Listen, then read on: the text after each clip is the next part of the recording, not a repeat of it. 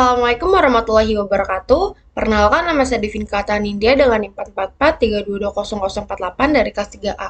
Pada kali ini saya akan membacakan hasil PowerPoint saya tentang pembuatan gelatin dari tulang ikan nila Oreochromis niloticus menggunakan metode asam untuk pengental sirup nanas. Langsung aja kita masuk ke latar belakang yang pertama, yaitu ada pengental. Pengental itu apa? Pengental makanan adalah bahan yang komposisi dan strukturnya kompleks dan dapat menunjukkan berbagai sifat reologi pada konsentrasi dan kondisi yang berbeda.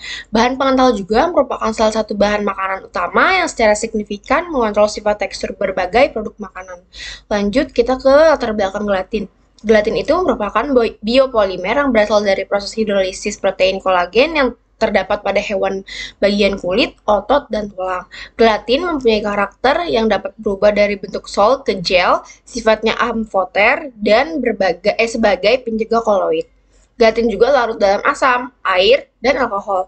Namun tidak larut dalam aseton, karbon tetraklorida, benzene, dan petroleum ether.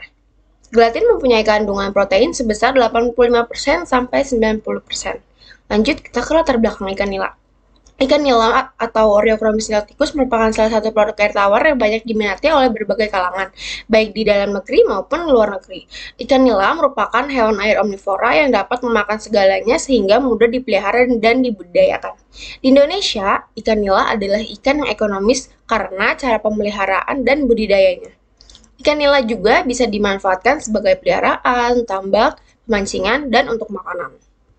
Lanjut, kita masuk ke teori tentang gelatin. Nah, pembuatan gelatin dengan bahan baku ikan nila dengan menggunakan asam sulfat sebagai rendamannya belum dilakukan dan juga masih diduga menggunakan konsentrasi rendaman yang digunakan akan mempengaruhi kualitas gelatin yang akan dihasilkan. Gelatin juga dapat didapatkan dari metode ekstraksi dan hidrolisis kolagen yang tidak terlarut dalam air.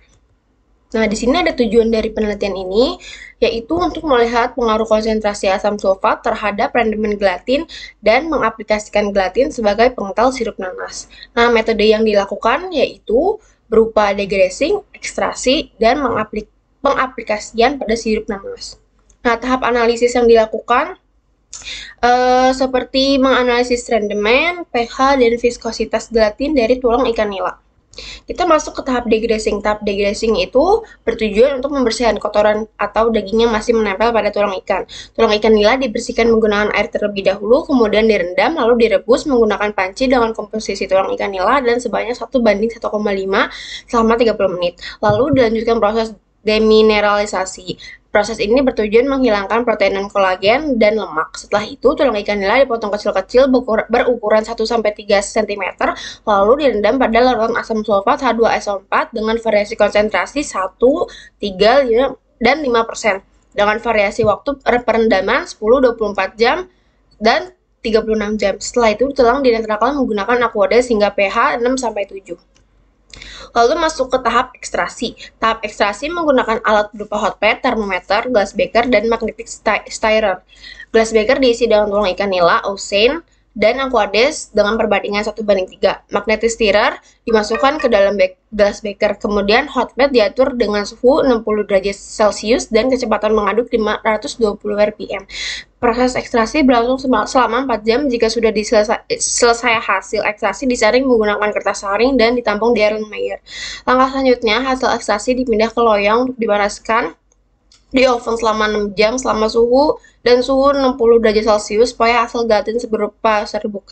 Tujuan dipindahkan dari Erlenmeyer ke loyang supaya luas permukaan besar hingga pengeringan berjalan secara cepat. Nah, pembuatan sirup nanas ini dilakukan dengan cara memblender nanas dengan air, kemudian airnya diambil, lalu dicampurkan gula, sari nanas, dan esens nanas, dan diaduk secara merata. Nah, ini ada tahap analisis. Yang pertama ada rendaman. Rendaman diperoleh dari perbandingan antara berat tulang kering ikan nila dengan berat gelatin yang diperoleh. Rendaman gelatin dihitung dengan menggunakan persamaan. Rumusnya bisa dilihat sendiri. Dan yang kedua ada pH. Penentuan pH digunakan untuk mengetahui tingkat keasaman gelatin yang dicampur dengan sirup nanas pada berbagai variasi. Pengukuran pH dilakukan dengan pH meter. Nah, yang terakhir ada viskositas. Viskositas digunakan untuk mengetahui kekentalan sirup nanas yang dicampur dengan gelatin. Viskositas dihitung dengan menggunakan persamaan. rumusnya bisa dilihat sendiri. Kita lanjut ke hasil dan pembahasan. Di sini kita akan bahas tentang pengaruh konsentrasi asam sulfat dan waktu perendaman terhadap gelatin tulang ikan. Nah, hasil rendaman ini yang terbesar pada penggunaan H2SO4 1% dan perendaman selama 10 jam, yaitu sebesar 13,77%. Jika ditinjau dari waktu perendaman dan besar konsentrasi H2SO4, maka didapatkan hasil semakin tinggi konsentrasi dan lama waktu perendaman hasil rendaman akan semakin berkurang. Nah, yang ini tentang pH terendah yang didapatkan sebesar 2,05 yang diperoleh pada H2SO4 sebanyak 1% dan lama perendaman 10 jam. Jika ditinjau dari grafik, pH gelatin dipengaruhi oleh konsentrasi H2SO4. Jika konsentrasi H2SO4 semakin besar, maka semakin besar pH yang dihasilkan juga semakin besar. Nah, yang terakhir ada viskositas. Nilai terbesar viskositas diperoleh pada penggunaan H2SO4 5% dan perendaman 36 jam, yaitu sebesar 7,66 cp. Nilai viskositas pada penelitian ini dipengaruhi jika semakin besar konsentrasi, maka semakin besar juga nilai viskositas yang dihasilkan. Yang terakhir ada kesimpulan. Nah, kita uji ini menggunakan rendaman pH dan viskositas di sirup nanas. Rendaman terbesar di tulang ikan diperoleh sebesar 13,77% yang diperoleh penggunaan H2SO4 1% dengan lama perendaman 10 jam. Nah, terus ada pH terendah diperoleh 2,05 dari H2SO4 sebesar 1% dan perendaman 10 jam. Lalu ada viskositas tertinggi yang diperoleh sebesar 7,66 cp dari H2SO4 5% dan perendaman 36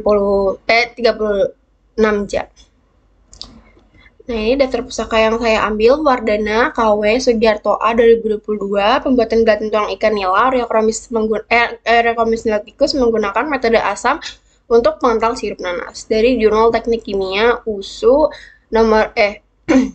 volume 11, nomor 1, halaman 44-48. Thank you. Terima kasih. Kurang lebihnya mohon maaf. Wassalamualaikum warahmatullahi wabarakatuh.